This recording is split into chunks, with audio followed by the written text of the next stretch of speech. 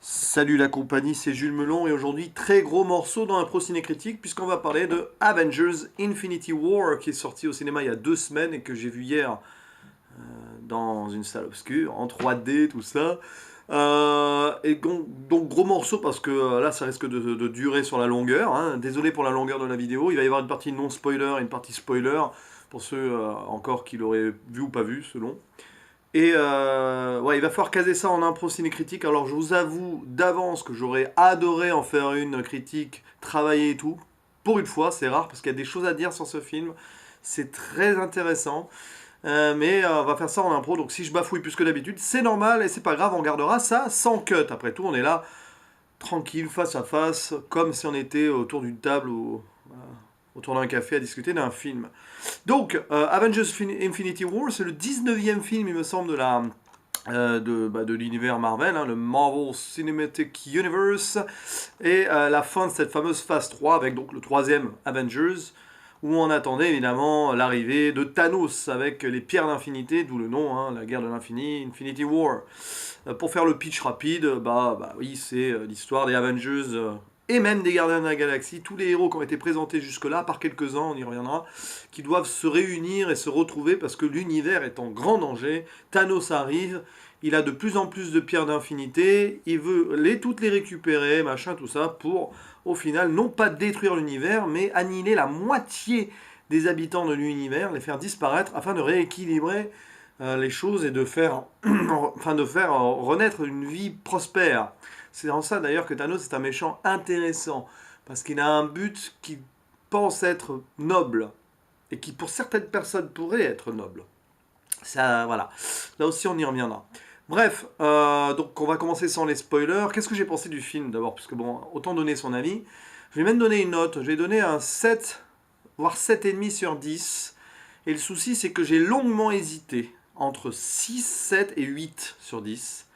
Parce que je ne sais pas exactement sur quel pied danser. Selon comment je réfléchis au tout, à l'ensemble, selon si j'analyse ça d'un côté très objectif ou subjectif, selon les événements, comment je prends les événements du film aussi, et ben je suis embêté parce que ça reste un Marvel, donc je suis pas grand fan des Marvel et tout, c'est pas trop ma génération, vous allez me dire, je suis pas grand fan des comics non plus, donc bon, les films de super-héros, ça passe, machin, tout ça, mais là, bon, voilà, il faudra que j'en reparte peut-être à la fin, une fois que j'aurai tout analysé. Donc, le film commence plus ou moins peu après là où on en était à Thor Ragnarok. Asgard a été détruit, tout ça, Thanos arrive, et il se passe déjà des choses que je ne peux pas spoiler. Euh, Qu'est-ce qu'on peut dire dans le non-spoil? Ouais, on va parler de la réalisation, de l'utilisation des héros. Les héros, je sais plus combien ils sont, une 26, 27, plus d'une vingtaine en tout cas. On les voit quasi tous sauf deux. Ceux qui ont été présentés, hein. On ne voit pas Hawkeye qui est caché quelque part avec sa famille, ou enfin qui est caché parce que bon, faut se rappeler des événements de Civil War et tout là. Et on ne voit pas Ant-Man. Vous allez me dire, ah, c'est normal, il est tout petit. Oui, mais non, on le voit pas du tout. Il est même pas mentionné, je crois, très brièvement. Donc, enfin, si, il est mentionné, mais on ne sait pas pourquoi il n'est pas là. Peut-être qu'on le saura d'ailleurs après, à mon avis, on va le savoir après, parce que le prochain film Marvel, c'est un Ant-Man 2 contre Wasp, enfin avec la guêpe Wasp et tout. Et à mon avis, comme ce film se déroule avant les événements de Infinity War, on saura sûrement à la fin qu'il était quelque part qui l'empêchait de, d'intervenir. On y reviendra peut-être en théorie à la fin, si je pense encore par rapport à la fin de ce Avengers. On verra. Bref, ouais, donc bon, on les voit tous, ou presque, donc, et ils sont plutôt bien utilisés, on arrive à retrouver les univers, là c'est un bon point positif. L'univers des Gardiens de la Galaxie, voilà, l'univers des Avengers initiaux, il y en a certains quand même qui auraient pu être mieux utilisés, même si la fin se passe au Wakanda. Ouais, Black Panther, par rapport au gros carton du film sur Black Panther, donc, et plutôt la réussite de ce film, on est un petit peu sur notre fin là. Autant l'univers du Wakanda est bien représenté, puisque c'est là-dessus que ça se passe pour le grand final, autant le personnage Black Panther, ben ouais, en même temps, il a été bien creusé sur le film, donc sur son film à lui. Donc voilà, mais c'est dommage. Non, franchement, bien utilisé. Donc il n'y a pas grand chose à dire. L'humour est de retour. Alors, enfin, l'humour est là. Même si j'avoue que, autant dans la salle, ça rigolait beaucoup, moi je rigolais intérieurement parfois, mais vu le côté dark du film, parfois c'est dommage parce que cet humour a désamorcé certains moments plus dramatiques. Alors évidemment, c'est pour alléger le tout. Après tout, ces films-là de Marvel se destinent à un public plus jeune, plus ado, qui n'a pas trop forcément que ce soit trop dramatique, donc c'est normal. Mais là, c'est dommage. Je pense qu'il manque. C'était pas assez couillu dans le côté dark, et vu le film et vu l'ensemble du film, c'est dommage. Voilà, donc qu'est-ce qu'on peut dire aussi? Donc sur la réalisation, alors les frères Russo, c'est pas GG déjà dans les Captain America, Civil War, Soldats d'hiver. Moins bof. Disons que ils font le boulot, les scènes d'action sont bien faites, vraiment, vraiment. Voilà, les scènes de baston, plutôt bien faites, franchement, ça se passe bien, mais le reste, ça manque, c'est très classique, j'ai envie de dire, ça manque de prise de risque dans la mise en scène. C'est voilà, le premier Avengers par exemple était beaucoup plus intéressant là-dessus, avec Joss Whedon. Le Black Panther aussi était bien. Là, ça manque peut-être de, voilà, ça manque de quelque chose vu la grandeur et toute la hype autour de ce Infinity War. C'est dommage, je trouve. Mais bon, c'est pas dramatique en soi. Les décors, photographie, 3D, tout ça. Alors la 3D, bon, ouais, sympa, mais il y avait quelques petits défauts, mais c'était plutôt sympa. Il y avait, voilà, sur les, il y a des moments où ça, vraiment, ça ressort bien de l'écran, donc on va pas critiquer ça du tout. C'était bien, on va dire. Et au niveau des décors, alors là, par contre, chapeau, parce qu'on voit énormément d'univers, de planètes, d'endroits différents. Il y a des moments magnifiques, avec des plans de personnages par rapport au décor, ça ressort super bien. Là, les frères Russo ont fait un super boulot. À un moment, bah, par exemple, quand Thanos est avec Gamora pour récupérer, là je spoile pas, hein, voilà, pour récupérer une pierre, ils sont sur une planète, je ne sais plus le nom. Avant d'arriver là pour essayer de récupérer la pierre, euh, il y a, il y a des décors extraordinaires avec un gigantisme pardon, impressionnant. Ça, c'est un exemple, et des bonnes lumières aussi. Et puis ce qui est bien voilà, dans ce film, c'est qu'on voyage beaucoup. Franchement, là, on en prend plein la gueule à ce niveau-là. Ça se passe finalement assez peu sur Terre, si au début à New York, à la fin au Wakanda, mais on est beaucoup dans l'espace, et ouais, c'est cool là. Donc ça, c'est bien, c'est des bons côtés. Voilà. Les acteurs, rien à dire de particulier, ils font tous leur boulot, hein. Ils connaissent leurs personnages, ils sont bien à fond. Et l'ensemble du film en lui-même est correct. Mais il y a ce creux au milieu, voilà, c'est un peu toujours le problème de ces films-là, de super-héros, de Marvel et tout.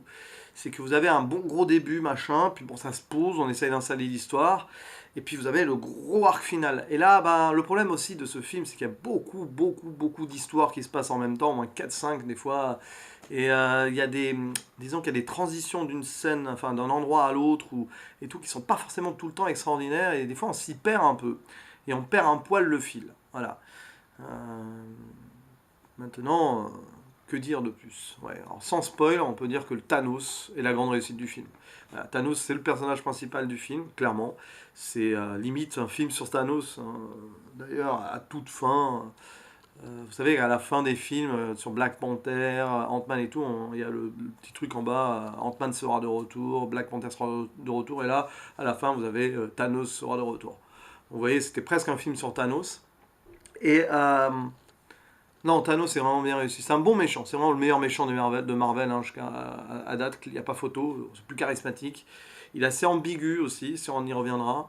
Ouais, profond, oui. Ça pourrait être encore plus, mais profond. Pas si. Bon, c'est un grand méchant, clairement, impitoyable et tout. Mais il y a un message derrière qui est intéressant avec cette histoire de sauver la moitié de l'univers. Enfin, tuer la moitié de l'univers pour sauver l'autre moitié et les faire vivre en plénitude. Moi, je trouve ça intéressant. Il y a un message écologique derrière, c'est assez, enfin, écologique très drastique quand même, de ces personnes. Il y a des gens qui pensent qu'on est trop sur la Terre et que la Terre ne va pas supporter ça. Il y a des gens, vous savez, très très extrêmes qui disent bah, il faudrait un énorme virus ou une énorme guerre qui tuerait la moitié de la population et là, ça rééquilibrerait les choses et que un jour la nature va rééquilibrer les choses, comme c'est arrivé dans l'histoire de l'humanité, que ce soit avec des destructions massives climatiques ou que ce soit avec des guerres. C'est vrai que là, ça fait un moment qu'il n'y a pas eu ça sur la planète et que certaines personnes espéreraient que ça arrive, une sélection naturelle drastique pour que les choses reprennent un équilibre normal. C'est vrai, c'est à réfléchir comme scénario et comme théorie et comme envie, mais bon, c'est marrant parce que Thanos incarne un peu ça. Et c'est quand même le grand méchant du film, hein, parce que c'est pas bien de souhaiter la mort de la moitié de l'humanité, évidemment que non. Là, ici, même de l'univers. Bref, voilà. Donc là, une fois dit tout ça, on est obligé de passer au spoil. Parce qu'il y a trop de choses à dire.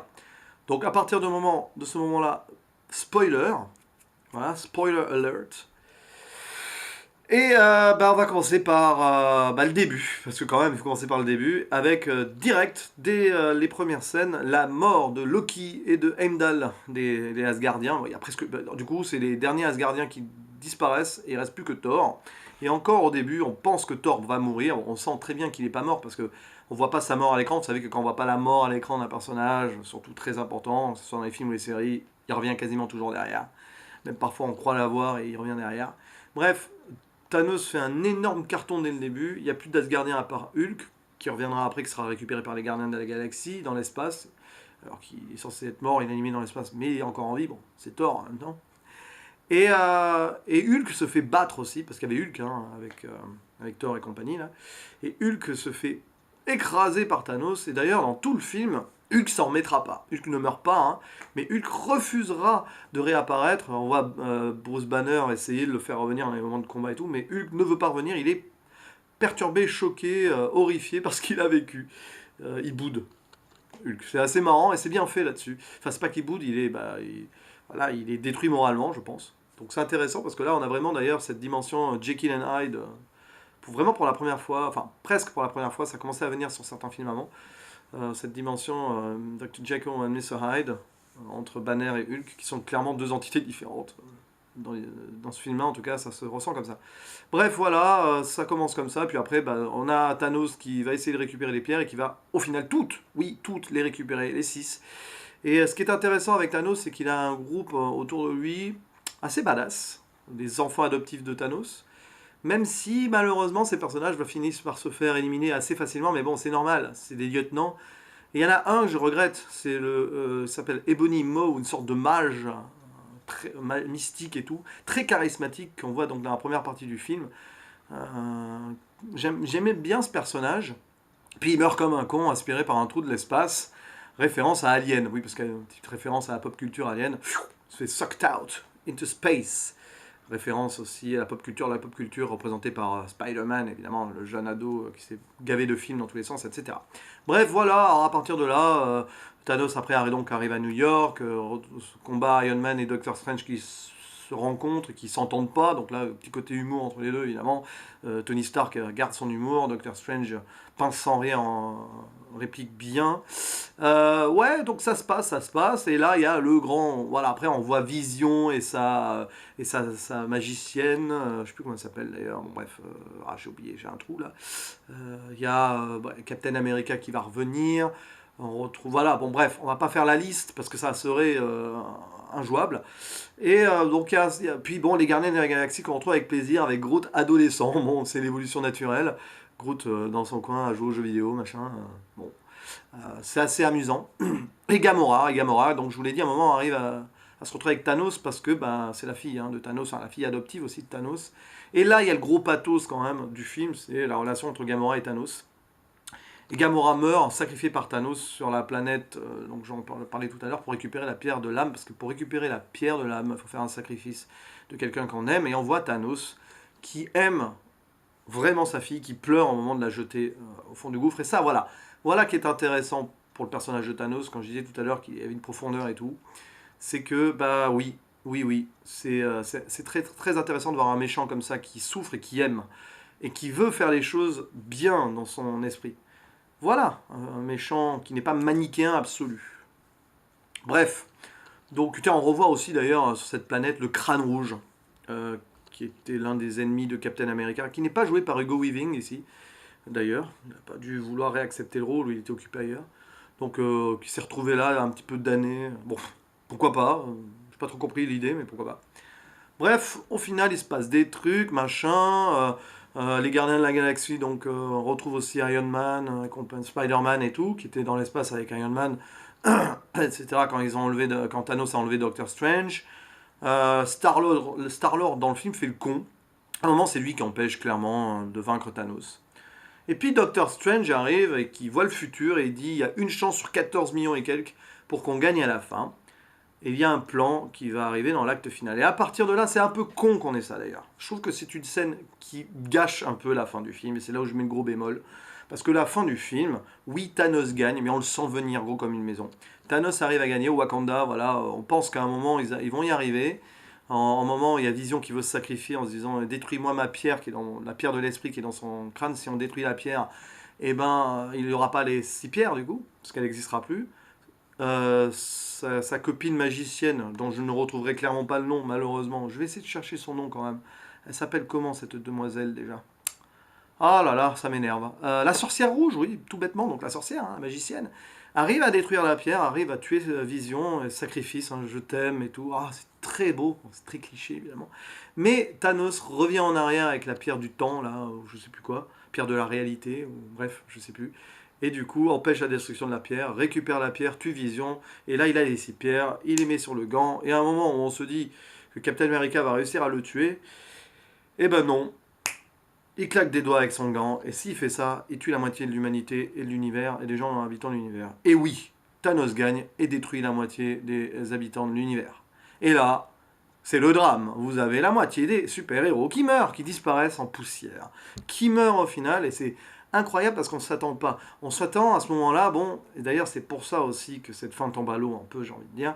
On s'attend à ce que Iron Man, Captain America, Thor, les acteurs en ont marre, je pense, de jouer ces personnages, disparaissent et meurent pour de bon là, pour qu'on puisse repartir après sur une nouvelle génération. Et ben non, il reste en vie, non seulement il reste en vie, mais en plus vous avez la mort là-dedans de Black Panther, alors que son film a fait un carton avant, on n'y croit pas une seule seconde. Spider-Man, alors qu'un Spider-Man 2 est annoncé pour 2020, je crois. Bon, voilà. Pratiquement tous les gardiens de la galaxie meurent, alors qu'il y a un gardien de la galaxie 3 qui est commandé. Il ne reste que Rocket. Groot meurt, Star-Lord meurt, Gamora est morte, donc elle, je pense qu'elle va être morte pour de bon. Et ouais, Doctor Strange meurt, alors qu'on peut imaginer que ça serait quand même lui. Enfin bon, là c'est intéressant, il faudra qu'on y revienne.